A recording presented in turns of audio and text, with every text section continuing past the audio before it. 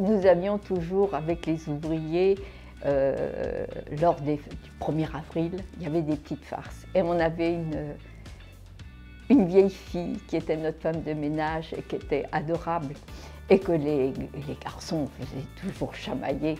Et je me rappelle qu'un 1er avril, elle venait d'avoir son permis et sa voiture. Et il lui avait mis plein de petits poissons sur les glaces. Elle est repartie, on aurait dit que Maryvonne, elle était dans un aquarium. Ça, c'est un bon souvenir qui me reste depuis longtemps. Les anecdotes, il y en a quand même quelques-unes, parce qu'effectivement, en plus, j'ai quand même eu beaucoup de copains qui étaient aussi dans ma vie professionnelle. Je ne saurais pas trop dire, je crois que, je ne sais pas si on peut dire que c'est une anecdote, mais je me souviens, j'ai perdu mon père en 83, donc j'ai commencé fin 83 des cours d'informatique à l'époque, avec les moyens du bord, donc on n'avait même pas de papier à disposition, il fallait tout avoir dans la tête, ça a été quand même quelque chose d'assez difficile pour moi et pour au moins 2 de mes employés, mais bon, on a réussi quand même et donc ça nous a un peu aguerris à l'informatique, ce qu'on est obligé aujourd'hui de prendre en considération.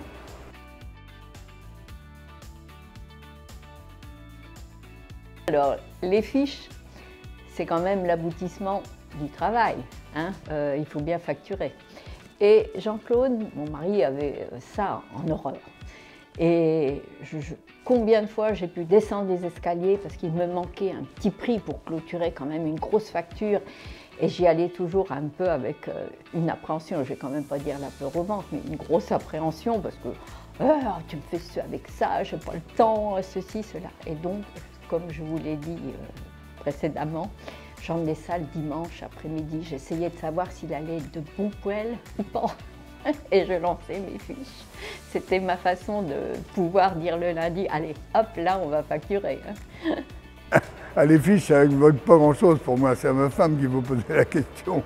Parce que, effectivement, même quand on partait en vacances, je me souviens la communion de ma filleule à Albi. À l'époque, on pouvait rouler très vite, d'ailleurs, ça c'est une anecdote.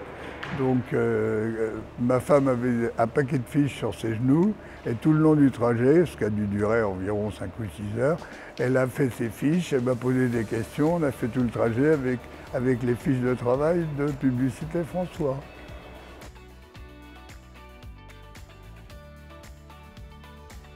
Alors, en 50 ans, beaucoup de choses. Je pense que la France, on est un pays de paperasse inutile qui submerge aux dépens de choses beaucoup plus agréables qu'on pourrait donner même à ses employés, à ses clients, à sa famille aussi, hein. Donc je pense que, bon, moi je n'ai jamais voulu me mettre à l'informatique.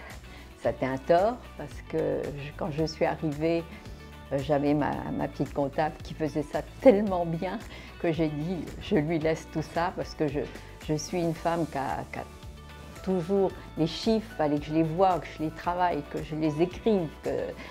Mais le virtuel ne me plaisait pas. Appuyer sur un bouton pour faire un chiffre, ça ne me plaisait pas. Donc, et c'était un tort. C'est dommage que puis je me suis toujours pas mis. Et heureusement que j'ai ma fille pour me faire certains travaux parce que je serais bien coincée.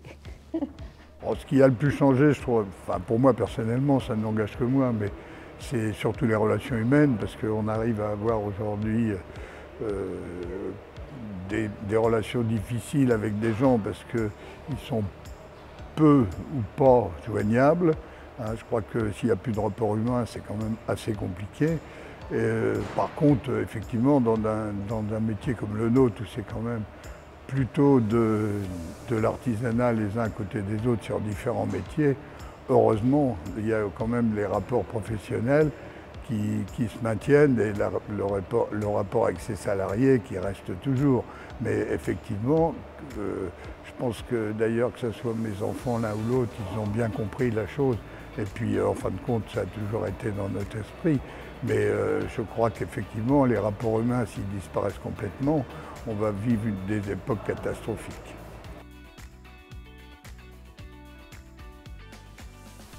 Alors la retraite, déjà, j'ai fait 2 retraites. J'avais prévenu que je partais. Et puis un jour, je me suis mis à calculer ma retraite complémentaire. Oh, je dis, je perds beaucoup là en partant comme ça. Donc j'avais fait une petite fête avec les ouvriers, j'avais eu mon petit cadeau et tout. Puis après, j'ai annoncé que je restais encore un peu, quelques années. Oh bon, on vous a fait un cadeau, vous en fera pas 2, hein, m'avait-il dit en rigolant. Et la retraite, j'étais 6 mois un petit peu, puis c'était à la mauvaise saison, un petit peu déroutée parce qu'on aime être avec son personnel, ses clients, voir du monde. Puis après, je m'y suis fait très vite parce que j'aime beaucoup la nature, j'aime la marche. Je vois tout de suite, je m'intéresse aux oiseaux d'une façon que là, par le confinement, je pense, j'ai découvert des choses qui me plaisent et que je reste un quart d'heure à contempler. Oui, la retraite, c'est bien. Bon, la retraite, ça se passe bien. Bon, je suis en semi-retraite parce que là, effectivement, avec le Covid, d'ailleurs, j'ai été licencié par mes enfants, donc je n'avais plus aucun accès à l'entreprise. J'avais interdiction de venir. Bon, là, je reviens un petit peu. Bon, je me maintiens. Éventuellement, je fais un petit peu l'apprenti quand besoin est. Donc, contrairement à ce que disent d'ailleurs mes copains en disant oui, tu surveilles toujours. Non, il y a longtemps que j'ai arrêté. Ça fait d'ailleurs 14 ans, puisque j'ai 74, que c'est mes enfants qui sont les seuls maîtres à bord.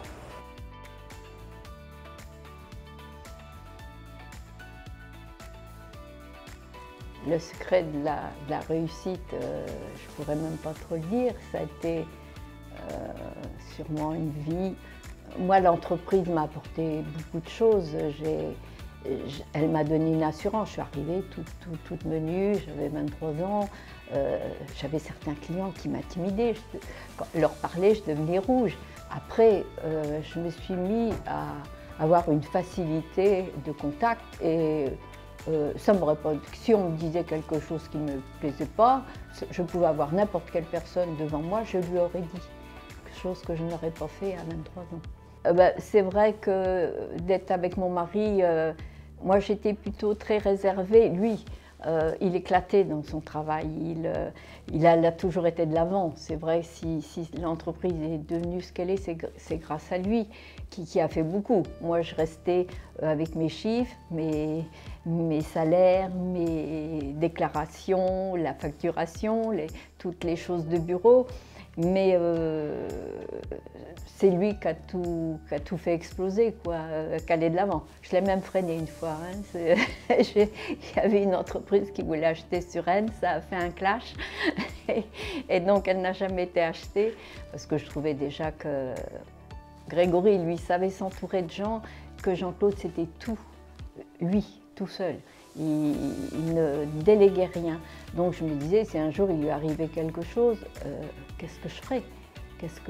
C'est pas moi qui irais sur un toit pour vendre une enseigne, à grimper à 12 mètres de haut, j'en étais incapable. Administrativement, oui, je me serais débrouillée avec l'aide de notre cabinet comptable, tout ça, ça aurait bien marché, mais le travail en lui-même, et ça me faisait beaucoup peur. Mais la réussite, ça a été par mon mari.